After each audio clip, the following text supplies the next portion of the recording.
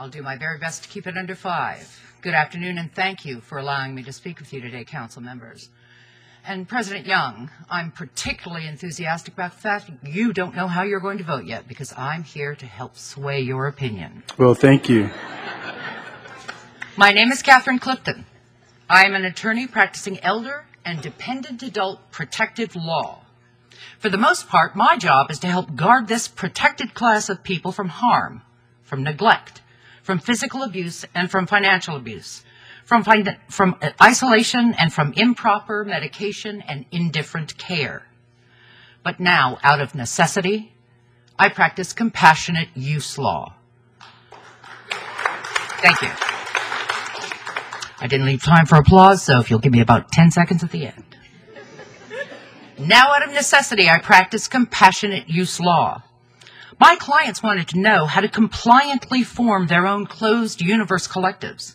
They wanted reassurance that they could safely get their medicine. They wanted to know whether they would be branded as criminals for using this medicine. And that's truly the question here today. Is the San Diego City Council ready to declare these citizens criminals? Is this council going to force them to make the choice between suffering from the physical agonies of illness or engaging in criminal conduct, risking arrest and jail time to get their medicine? The challenge for California counties and municipalities now is to promulgate defensible regulations, allowing limited, strictly controlled dispensaries to operate. But those regulations must take into account that during the lengthy regulatory procedures, ill patients will still need safe, legal access to their medicine. The refusal of the City of San Diego to abide by the Compassionate Use Act opens the door to civil litigation by legitimate patients for denial of their right to safely and legally obtain their medical necessity of palliative care under the Elder Abuse and Dependent Adult Civil Protection Act. Now, some people would compare this fight to legitimize compassionate use to the civil rights movement in this country. But I believe it involves a right of even more importance, greater legal significance, and stronger constitutional protections. I believe the Compassionate Use Act protects not a civil right, but a fundamental one. Fundamental rights are those with which each of us are born. In the context of a legal system such as the United States, the system itself is based on these fundamental rights. Without presumption or cost of privilege, these rights belong to all human beings under U.S. jurisdiction. We're familiar with so many: freedom of speech, thought, press, association, freedom of movement, the right to your child's upbringing, the right to privacy, the right to marry, the right to life, liberty, to own property. And then there are the 3 fundamental rights that are at the heart of the compassionate use dispute. The first is the right to pursue happiness in professional accomplishment, in personal fulfillment, in basic comforts, and a human contentment, to which we may surely add the right to effective medical care. The second right is the right to equal protection under the law. And the third right implicated in the compassionate use dispute is the right to vote.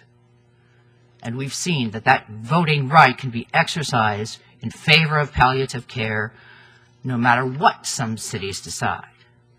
I would also argue that federal regulation of compassionate use in California is unconstitutional.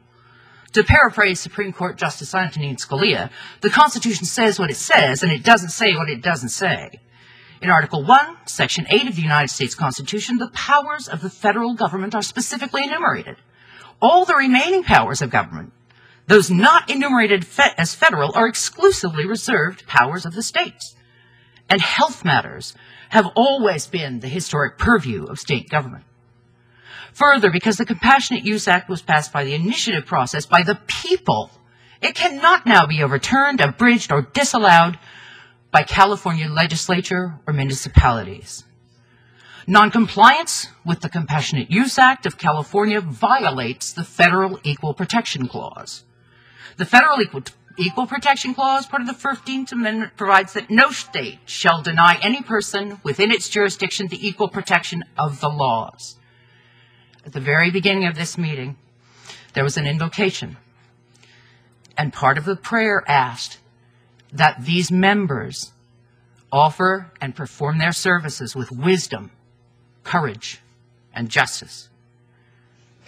I'm before you today on behalf of clients, patients, friends, family. I ask you to repeal the ballot measure.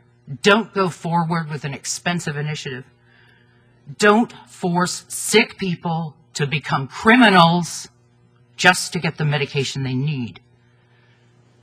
Compassionate use is the state of the law in California. And the voters will make sure that it remains if you do not.